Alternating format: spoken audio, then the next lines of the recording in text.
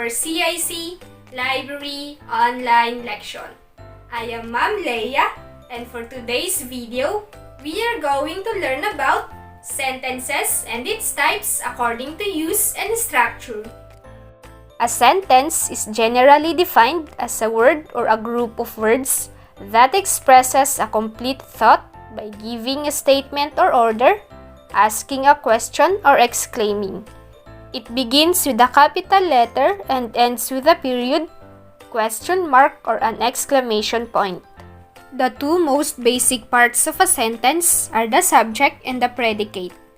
The subject is the person, place, or thing that is performing the action of the sentence. It answers the question, who or what. The predicate is the verb in the sentence that makes a statement about the subject. Let's identify the subject and the predicate in these sentences. Mary visits her grandparents. In this sentence, the subject is Mary. Who visits her grandparents? It's Mary. The predicate always includes the verb, so in this sentence, the predicate is visits her grandparents. The audience cheered loudly. Who cheered loudly? The audience. The subject in this sentence is the audience, and the predicate is cheered loudly. John walks to school every day. In this example, the subject is John, and this is the predicate. There are types of sentences according to structure and use. First, let's discuss the types of sentences according to use. There are 4 types of sentences according to use. These are declarative, imperative, interrogative, and exclamatory. A declarative sentence expresses an opinion or feeling, makes a statement, or describes a thing. This type of sentence ends with a period. Some examples are the following. Luna is singing. My brother plays tennis every day. John is watching a documentary.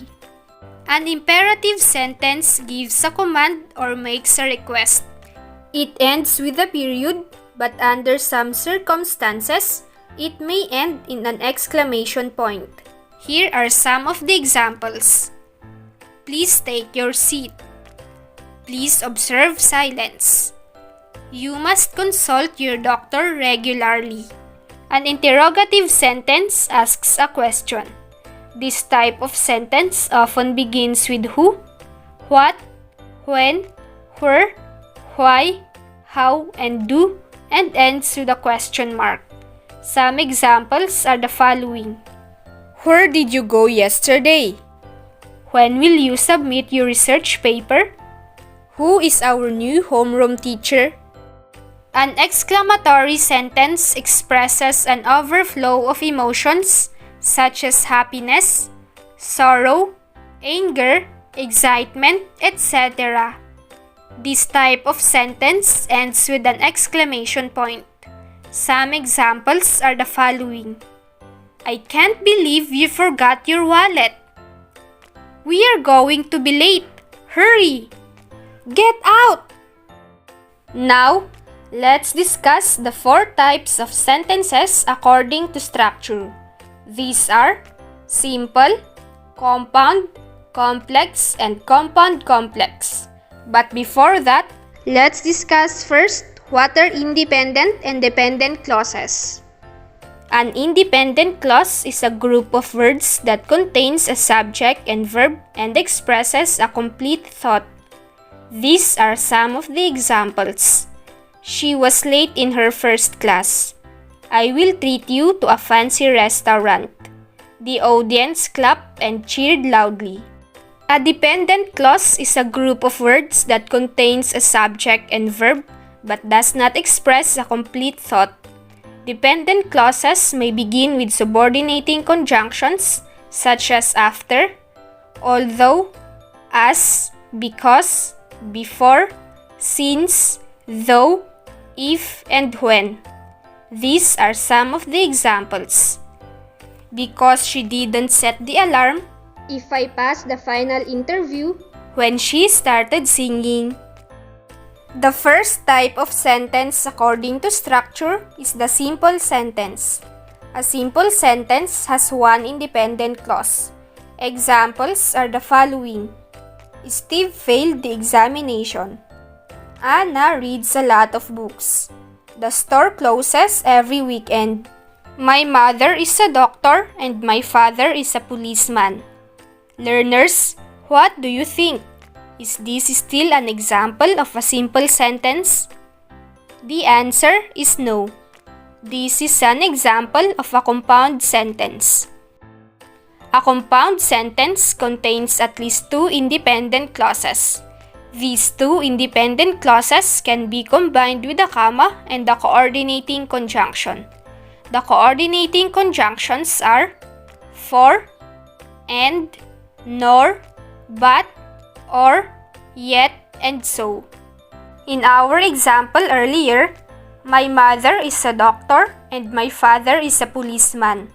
We have two independent clauses which are my mother is a doctor, my father is a policeman. Take note that independent clauses can stand alone and can express a complete idea or thought. These two clauses are combined by a comma and the conjunction and. Another examples are the following. They won the dance competition, so their parents treated them to a vacation. They won the dance competition, their parents treated them to a vacation. These two are the independent clauses combined by the conjunction so. She wants to buy a new phone, but she doesn't have enough money. In this sentence, the independent clauses are she wants to buy a new phone, she doesn't have enough money.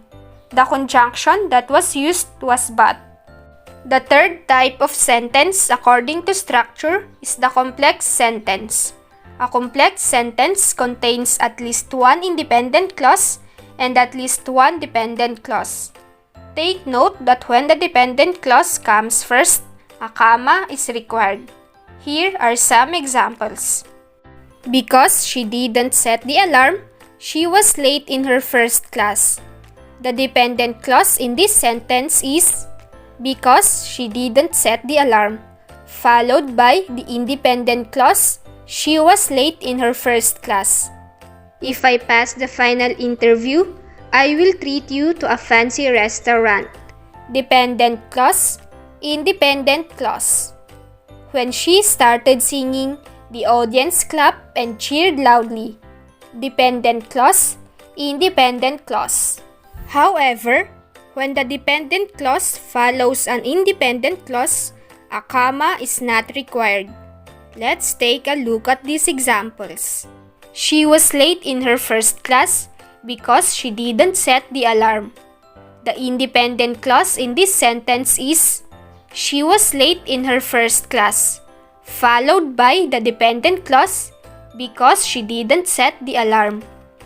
I will treat you to a fancy restaurant if I pass the final interview. Independent clause, dependent clause. The audience clapped and cheered loudly when she started singing. Independent clause, dependent clause. The fourth one is the compound complex sentence. A compound complex sentence contains at least two independent clauses and at least one or more dependent clauses. To correctly punctuate a compound complex sentence, apply the rules in punctuating a compound and complex sentence. Here are some examples. Laura woke up early, so she cooked and ate breakfast before going to work. Let's identify the independent and dependent clauses in this sentence. There are two independent clauses which are Laura woke up early, she cooked and ate breakfast. Remember that in compound sentences, we combine two independent clauses by a comma and a coordinating conjunction. The dependent clause is before going to work. Since the sentence begins with an independent clause, there's no need to place a comma before the dependent clause. Because of his loving family, Jay didn't lose hope and he continued to work hard for them. Here, the sentence begins with a dependent clause, so a comma is placed before the independent clause. The independent clauses in this sentence are: Jay didn't lose hope, he continued to work hard for them. These two clauses are combined by a comma and the conjunction "and." When I told my mom that I am in a grocery store, she told me to buy meat and vegetables, but I didn't have enough money. Just like our previous example, the sentence begins with a dependent clause, so a comma is placed before the independent clause. She told me to buy meat and vegetables, and I didn't have enough money are the independent clauses combined by a comma and the conjunction "but." This time, let's try to identify what type of sentences are the following. The choices are the types of sentences according to use that we've discussed earlier. Why did you stop dancing?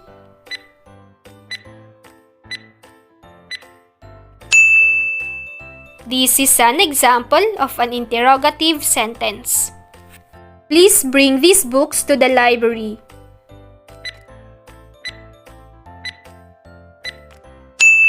This is an example of an imperative sentence. I spent my vacation reading books and watching movies.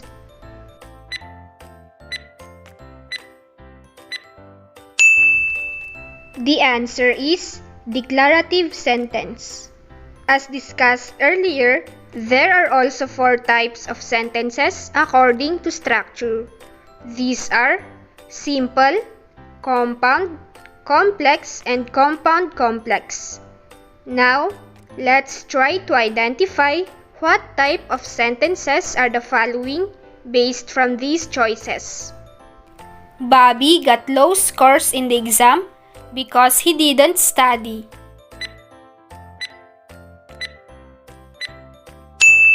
We have one dependent clause and one independent clause, so the answer is complex sentence. Tina wants to go to the amusement park, but the weather is bad.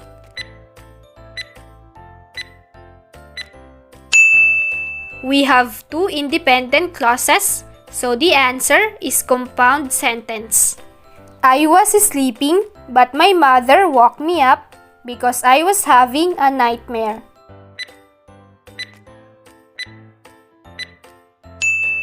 The answer is compound complex sentence. And that's all for today, learners. Thank you for watching, and I'll see you again in our next episode. Bye!